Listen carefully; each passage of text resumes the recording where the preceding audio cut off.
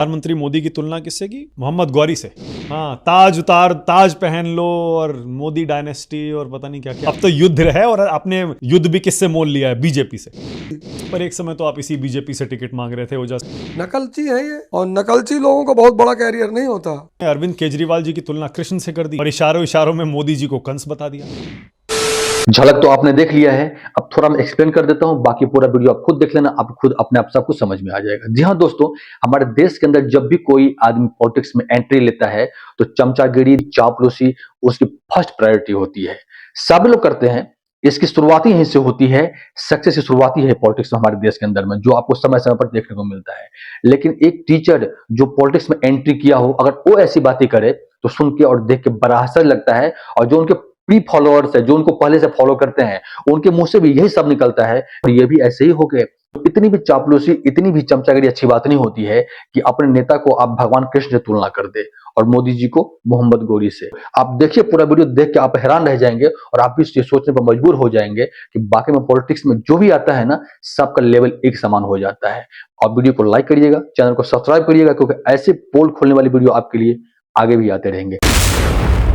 सही में नींद इसलिए नहीं आ रही है कि नारे लग रहे हैं, या थोड़ा डर भी है कि पता नहीं क्या होगा? इस बार पहली बार कूदे हैं और हार गए तो क्या भाई होगा? हम जो लोग होते हैं ना, जो बहुत गरीब बैकग्राउंड से आते हैं, बहुत कमजोर बैकग्राउंड से आते हैं, उनको डर ही नहीं लगता, क्योंकि हमारे पास खोने के लिए कुछ नहीं होता। हम जितने यूपी बिहार के भाई यहाँ आए, कुछ लेके थोड़ी आए। जिनके पास वहाँ 1000 बीघे खेत था वो थोड़ी आए थे, जिनके पास कुछ भी नहीं था वही आए थे। तो अगर वो यहाँ डर जाते तो वो अपना मुकाम कभी नहीं बना। बहुत बढ़िया, सही कह रहे हैं। डर तो आप नहीं रहे, मैं देख रहा हूं आते ही पॉलिटिक्स में भी चौके छक्के लगा रहे हैं। सीधे बीजेपी को आते ही चुनौती दे दी, आ जाओ रामचरितमानस पे हो जाए आमने सामने की बहस। क्यों आप क्यों चुनौती दे रहे हैं? मैं चुनौती नहीं दे रहा था, मैं ये कह रहा था कि जब आप ही लोग के साथ शायद कहीं डिबेट में कोई बीजेपी के प्रवक्ता से हमारे प्रवक्ता ने कहा हो सुनाते हैं चौपाई, भाग गए। जब 2014 में आपने कहा स्विस बैंक, काला धन, स्मार्ट सिटी, बेरोजगारी, महंगाई, अब और 2014 में आम आदमी पार्टी ने कहा शिक्षा, स्वास्थ्य। आज आम आदमी पार्टी अपना डाटा दे रही शिक्षा का, अंबेडकर एक्सीलेंस प्रोग्राम बता रही है कि साहब 9 लड़के सिलेक्ट हुए थे 2014 में सरकारी स्कूलों से, आईआईटी में। आज 742 लड़के हुए हैं। आज आप बात कर रहे हैं बटेंगे तो कटेंगे। तो कहीं ना कहीं आप दोनों लोग साथ चले, पैरेलल चले। एक आदमी अपने मुद्दे की बात कर रहा है और दूसरा आदमी जनता को भरमा रहा है, कह रहा हम हिंदू हैं। तो हिंदू हो तो आओ गीता पे हो जाए, दूसरा अध्याय, पहला अध्याय, कुछ चर्चा हो जाए, तब तो पता चलेगा समाज को कि असली हिंदू कौन है। हम तो मानक भाई आपसे कह रहे हैं कि सबको बुलाओ अपने चैनल पर, सबको, और फिर यही साबित हो जाए कि हिंदू कौन है। अब हिंदू हो अगर आप, तो आओ चौपाई रामचरितमानस है, राम से बड़ा राम का नाम, तो लोगों को भी तो पता चले। हमारे पिताजी ने बचपन से हमको रामचरितमानस पढ़ाया, कहा अगर धर्म नहीं जानोगे तो जिंदगी के संघर्ष को कभी निपट नहीं पाओगे, विद्वान चाहे जितने बड़े हो जाओ। और ये सत्य है। मतलब आप कह रहे हैं बीजेपी वाले ढोंग करते हैं, सही हिंदू नहीं है, सिर्फ राजनीति के लिए हिंदुत्व का इस्तेमाल करते हैं? नहीं, क्या वो रामचरितमानस नहीं पढ़ते? नहीं, मैं ये नहीं कह रहा हूं। मैं तो यही कह रहा हूं ना कि जब आप हिंदू चिल्ला रहे हैं, ये देश सबका है। 1857 से लेकर 1947 तक इस देश का हर आदमी मरा, सबने अपनी कुर्बानी दी, हर वर्ग, हर जेंडर। तो ये देश सबका है, हमें सबकी बात करनी चाहिए। ओके, आपने सही कहा, आप डर नहीं रहे। इसीलिए आपने अभी हाल ही में अरविंद केजरीवाल जी की तुलना कृष्ण से कर दी और इशारों इशारों में मोदी जी को कंस बता दिया। इशारा तो वही था ना, कृष्ण और कंस की तुलना। वो आपने क्यों कहा था? वो मैंने कहा, आरोप प्रत्यारोप की बात चल रही थी, तो मैंने कहा कि भैया देखो, ऐसा है कि जब भी कोई व्यक्ति अधर्म का विनाश करने आएगा, भाई केजरीवाल जी आज सबके दुश्मन बने हुए हैं। क्यों बने हुए हैं? सरकारी स्कूलों में उच्च शिक्षा, आज दिल्ली का आदमी चाहता है कि मेरे बच्चे सरकारी स्कूल में पढ़ें। तो सरकारी स्कूल अच्छे हो जाएंगे तो प्राइवेट स्कूल में एडमिशन कम हो जाएगा कि नहीं हो जाएगा? यह धर्म का उद्धार है कि नहीं? कृष्ण जी की क्यों आप केजरीवाल जी को? वही तो गिना रहा हूं, वही तो गिना, जो धर्म का काम कर रहा है, बच्चों को शिक्षित कर रहा है। आम आदमी के बच्चों को शिक्षित कर रहा है। हमारे शहर में मैं जानता हूं कि लोग प्राइवेट स्कूल में अपने बच्चों को पढ़ाने के लिए मरते हैं, और प्राइवेट स्कूल की फीस और फिर उसके नखरे, स्वास्थ्य, संजीवनी योजना, बचत, एक परिवार 10,000 रुपये महीना दिल्ली में बचा रहा है, 1,20,000 रुपया साल, 5 साल में 6 लाख रुपए।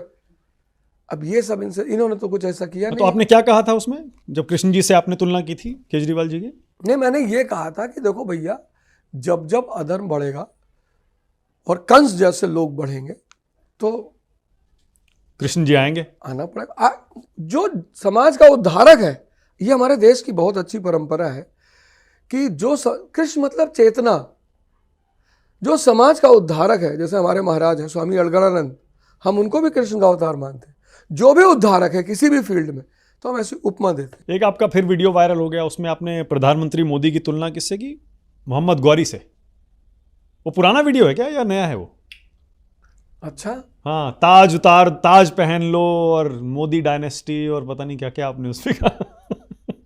नहीं, वो मेरे ख्याल से काफी 1 साल पुराना, 2 साल पुराना वीडियो। क्या कहना चाह रहे थे उसमें? नहीं, मैं ये कहना चाह रहा था कि जब सब पे ईडी ही लगानी है, जब ऑटोक्रेसी ही करनी है, जब दबाव बनाकर काम करना है, भाई प्रजातंत्र में अगर विपक्ष नहीं होगा तो प्रजातंत्र चलेगा? प्रजातंत्र की जान है विपक्ष। हाँ। जितना अच्छे लड़के क्लास में होंगे उतना मस्त टीचर होगा, नहीं तो वो तो प्रवचन हो जाएगा क्लास में, टीचर ही बोले जा रहा है। और जितना ताकतवर विपक्ष होगा उतनी अच्छी सरकार होगी। तो जब आप किसी को बोलने ही नहीं दोगे तो इससे बढ़िया आप डायनेस्टी ही शुरू कर दो। कैसा लग रहा है फिर? अब तो युद्ध है और आपने युद्ध भी किससे मोल लिया है? बीजेपी से, दुनिया की सबसे बड़ी पार्टी। मैंने इस देश की जनता के लिए जनरल से एसी में आना आसान है ट्रेन में, लेकिन एसी से जनरल में जाना बहुत चुनौतीपूर्ण है। 1950 की संसद जो थी 51 की, उसमें डॉक्टर लोहिया, डॉक्टर अंबेडकर, इन सब ने संघर्ष किया सिर्फ अपनी देश की जनता के लिए। और आज मैं अगर यहाँ आया हूँ, भगवान के आशीर्वाद से, ना तो मुझे नाम की चिंता थी और ना मुझे पैसों की चिंता थी, लेकिन अगर आज मैं यहाँ आया हूँ तो सिर्फ एक वजह से आया हूँ कि ये जो देश की राजनीतिक धारा उटपटांग धारा में बह रही है, उसको कहीं ना कहीं एक सही धारा लाई जाए। और मेरे जीतने के बाद मेरे जैसे न जाने कितने लोग इस बात से उत्साहित होंगे कि इस देश की जनता अच्छे लोगों के साथ भी खड़ी हो रही है। अब योगी जी आ रहे हैं, मोदी जी हैं, अब योगी जी ने शुरू भी किया बटेंगे तो कटेंगे, आपने खुद उसका जिक्र किया अभी, तो इसका मुकाबला आप कैसे करेंगे? क्या जवाब देंगे? पढ़ेंगे तो बढ़ेंगे। जो पढ़ाई डॉक्टर अंबेडकर को क्लास के बाहर से संविधान सभा की ड्राफ्टिंग कमेटी का चेयरमैन बना दे, हम उसकी बात और करेंगे। एक है तो सेफ है पर क्या कहेंगे? हाँ बिल्कुल साहब, हिंदू मुस्लिम सिख ईसाई सबको एक रहना होगा, नहीं तो अंग्रेज हमको तोड़कर हम पर कब्जा किए थे, 72 अंग्रेज थे सिर्फ। बहुत, ये नारा बड़ा प्यारा है, एक है तो सेफ है। हाँ। क्योंकि जब हम 18वीं शताब्दी में हिंदू मुस्लिम सिख सब बढ़ गए तो अंग्रेजों ने हम पे कब्जा कर लिया। तो मैं भी आपसे कहता हूं कि हिंदू मुस्लिम सिख ईसाई सब मिल के रहो कि दोबारा वो घटना ना घटने पाए। वो तो कह रहे हैं हिंदुओं को एक रहना चाहिए, क्योंकि हिंदुओं को जाति में बांटने का काम विपक्ष कर रहा है, इंडिया गठबंधन कर रहा है जिसका आप हिस्सा हैं। सामाजिक न्याय एक ऐसा कॉन्सेप्ट है, बहुत प्यारा कॉन्सेप्ट है, कि समाज की धारा में, जैसे मैंने कहा आज़ादी की लड़ाई में सबका योगदान था, तो हमारी जिम्मेदारी क्या है कि सबको सामाजिक न्याय दिया जाए और देश की विकास धारा में सबको हिस्सा दिया जाए। तो अब अगर जनगणना होती है, अगर कुछ जातियां अभी भी पीछे रह गई हैं, कुछ लोग अभी भी पीछे रह गए हैं, तो उनको मुख्य धारा में बुलाने में क्या गलती है? कोई गलती है?